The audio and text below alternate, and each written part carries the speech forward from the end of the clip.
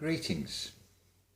Well, hair smells okay, absolutely fine after my urine experiment.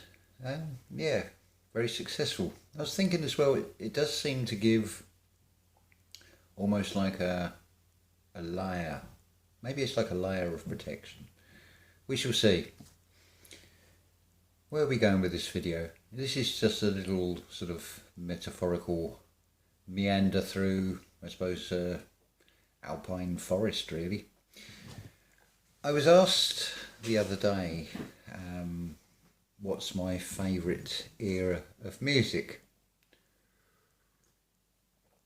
So, quick sort of scan in the mind across a vast spectrum from perceived interpretations of what ancient Egyptian music sounded like to the modern day. So, weighing it all up, I think my answer was the 1870s, which is like almost like a stop somebody in their tracks moment, because they're just not expecting that. They're expecting to say the 60s or 70s or say rock and roll or whatever. So, but I have to be different. But why? Why the 1870s? Well, I'll come to that. It's a fantastic decade. Arguably, you could say it's possibly the most, as far as art and in particular music go, certainly music, in what is the umbrella term of classical music, but we're actually narrowing this down to what is referred to as the New Romantics, the composers that came after Beethoven that were taking the literary themes like Goethe, Schiller, Goethe's Faust, Mephistopheles, Franz Liszt, hugely influenced by these literary themes, and along with Hector Berlioz at the forefront of what became sort of this new sort of German music, but ironically it's Liszt, who's Hungarian, although depending on what historical era, it's in Austria or it's in Hungary anyway, and Hector Berlioz being French. And then enter Wagner. So the 1870s, 1876, you've got that magnificent ring cycle. Arguably, it stands alongside any spiritual guidebook to humanity, I would say. The essence of the ring cycle is all about theft of gold, renunciation of love, and then it being returned to nature. It's the end of an old world of these tyrannical gods, because they're not wonderful. They're actually quite awful, really. And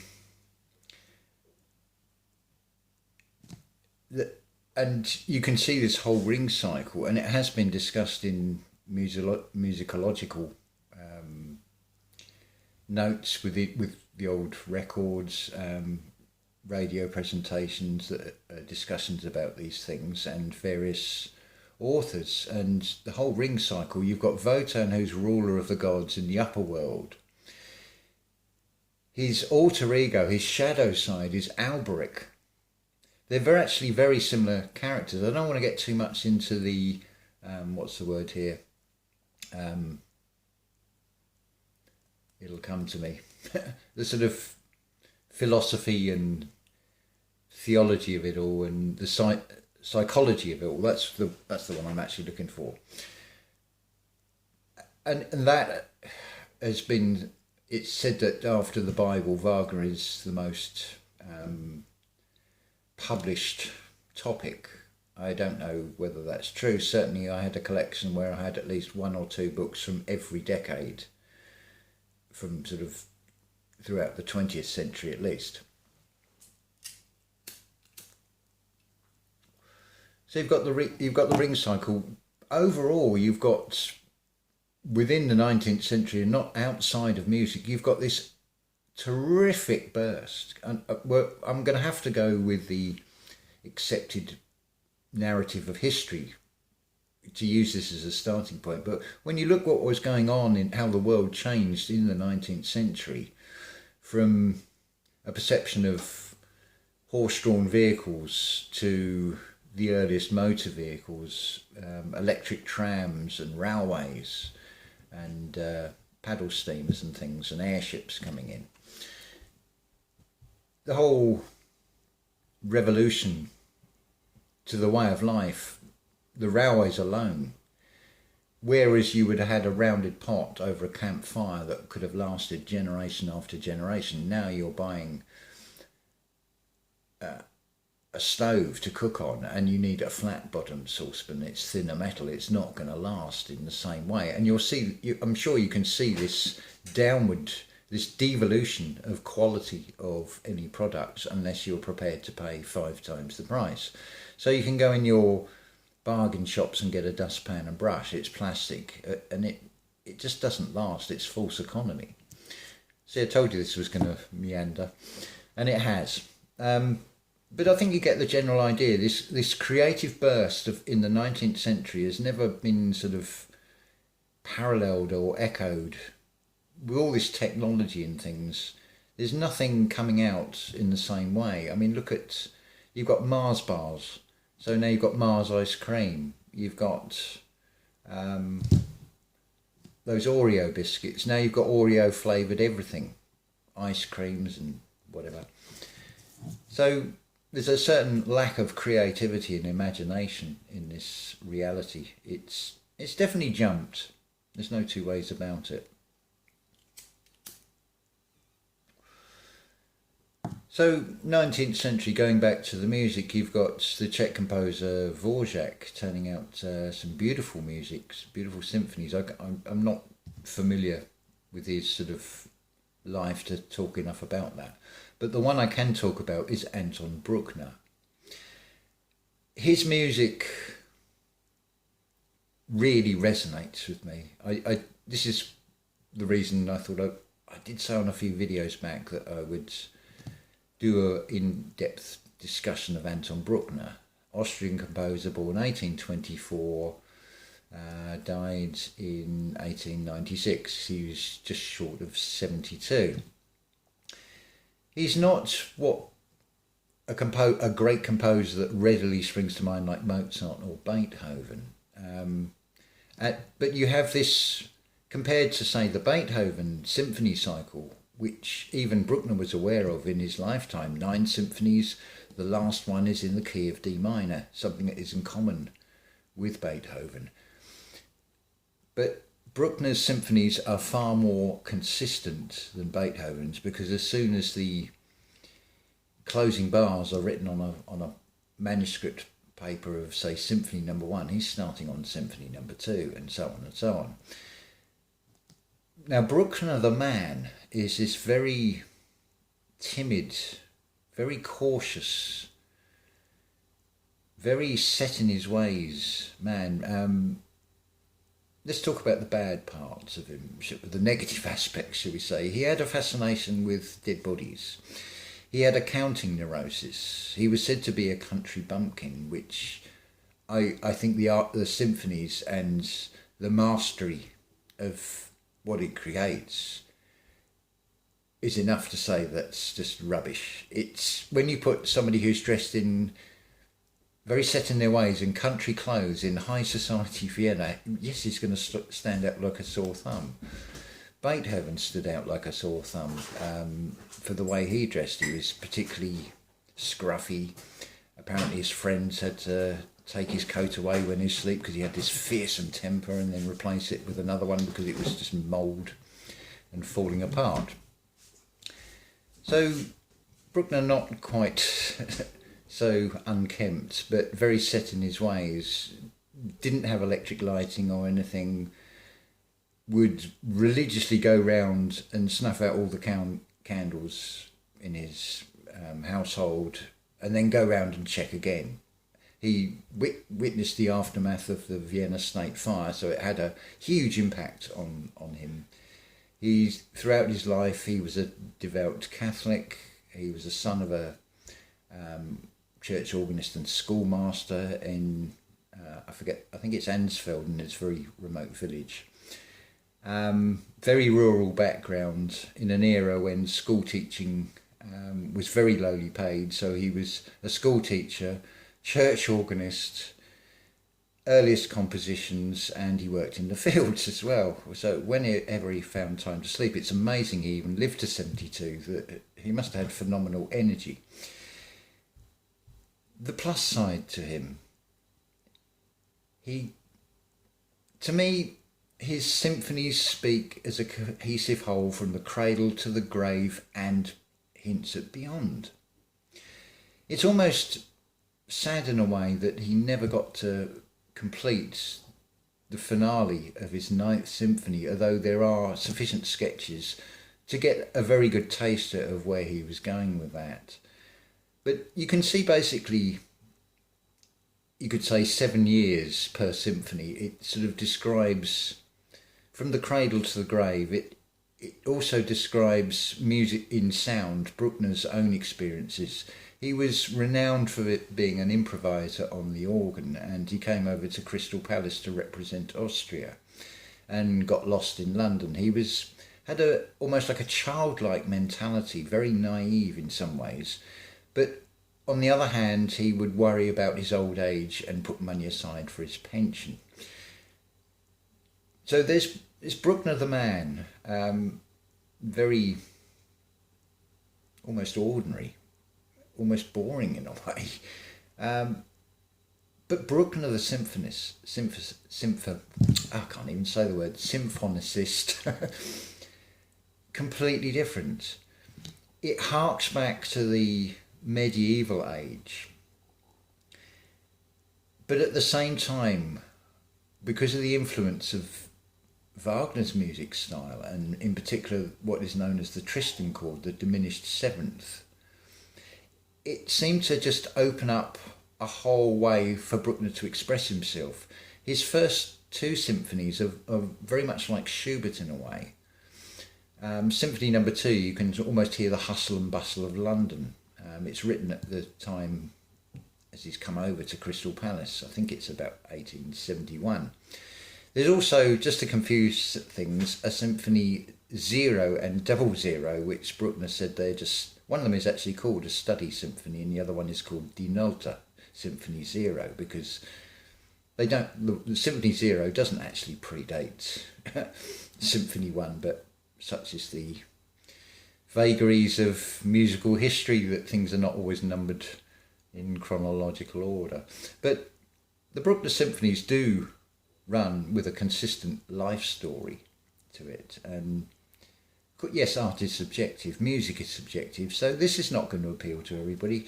But if you haven't heard of Bruckner, then personally I find him a fascinating character. I find his music,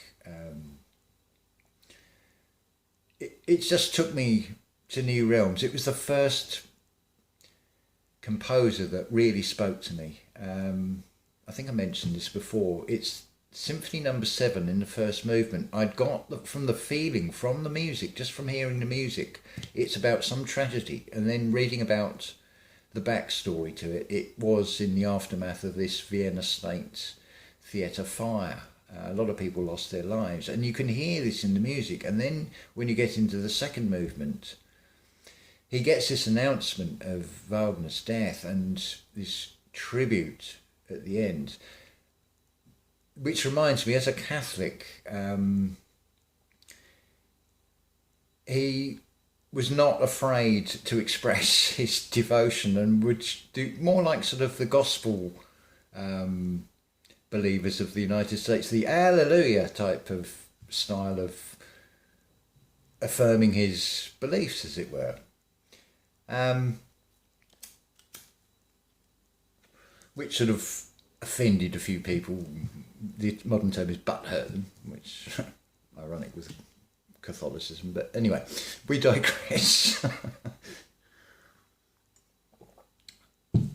So yes, it's just a little meandering. So yes, the 1870s, this huge explosion. I mean, personally, my favourite is Symphony number 5.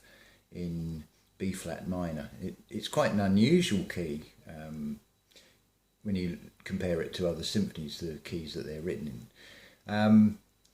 There's a beautiful book, if you can ever get hold of it, a paperback called Perspectives on Bruckner, and it's eyewitness testimony about his life, and it's a wonderful book because you can dip in anywhere. It's not chronological, so you can get Gustav Mahler's account of Bruckner, what Bruckner's views were on, say, anti-Semitism and so on.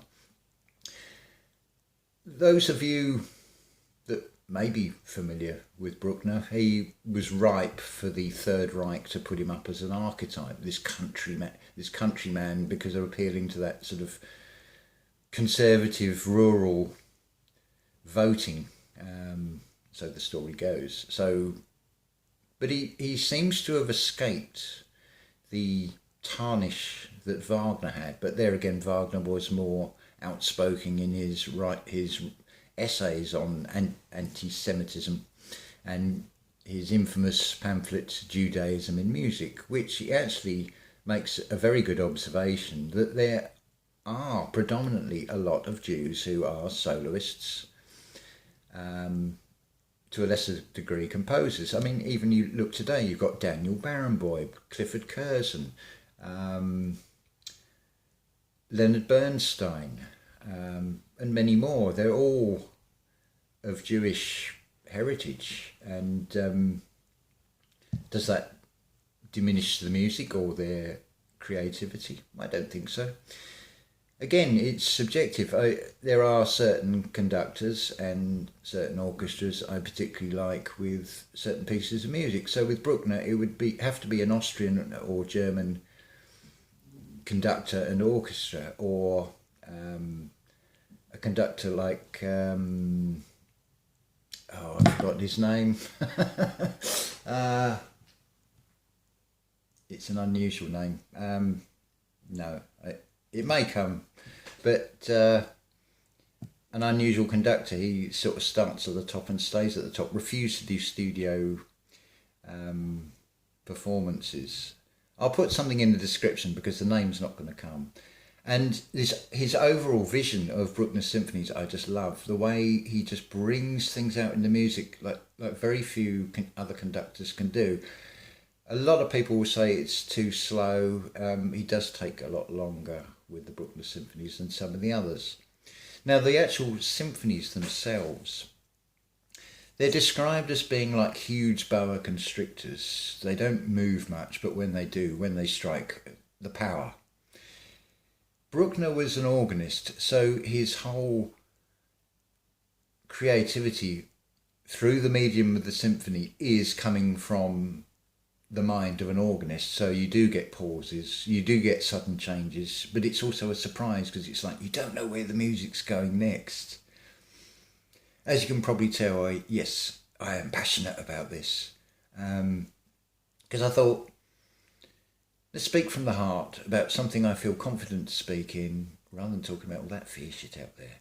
So it's a bit of light relief, although it can sound heavy music because there's a lot of brass. Bruckner's symphonies sound like they are massive orchestras. They suit a cathedral, but the actual forces involved are actually quite small. They're not lavish cream cakes like Wagner's scoring. There's no piccolo, for example. Symphony number 7, there's one cymbal clash in the entire symphony. So, but it's relative to our spiritual journey because it's not just the sounds, it's the pauses. And I think that's another aspect subconsciously that has communicated from Bruckner's music to me. So, what are we up to now? That's quite long. So, not as long as a Bruckner symphony. You've got to allow an hour to an hour and a half. The higher the number, the further they go. You've also got, with Bruckner, because he took advice of friends and well-meaning friends, and in some ways it was probably a good thing to get his music out there, because it wasn't till he's in his sort of 60s that he started to get any real recognition with Symphony number 7. sorry, Symphony number 7, that's about 1879, 1883, I think, so it's a little bit later. But it's still in this general 1870s era. The ideas and the seeds of the ideas of this symphony would have been in his mind probably when he's writing Symphony 4, 5 and 6. They would have been, like everything, organically unfolding in the mind. How wonderful this all just ties in to spiritual, metaphysical.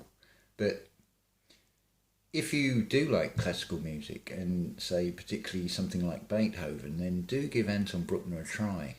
You've also got 3 versions of Symphony number 3, 2 versions of Symphony 4, 2 versions of Symphony number 8. You've got alternative movements. So in total you can end up with something like 23 symphonies out of these 11. So plenty to explore there. Then there's all this choral music as well. It's wonderful sounds of just the human voice and expression. Forget about the religious aspect to it. Just appreciate the beauty and the intent, and just let go of all the belief systems and things with this, and just enjoy it for what it is. Enjoy that sound world. To me, it's marvellous. So I thought I wanted to share this and give a little more sort of putting Anton Bruckner in the spotlight amongst the great composers of the 19th century. So we'll leave that there. Was there any words of wisdom in this? I don't know. You decide. It's just sharing a passion, really. So I say love to you all, and ta-ta for now. Something a little bit different this time anyway.